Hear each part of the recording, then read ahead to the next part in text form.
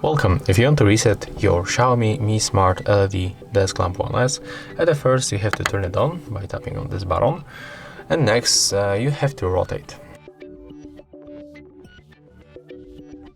So in this place, close to this power input, you will find the reset button right here in this place. So we have to grab a thin object, like for example the SIM tool, put it right here, keep holding for 5 seconds. When the lamp is blinking, you have to release and wait until lamp stop blinking.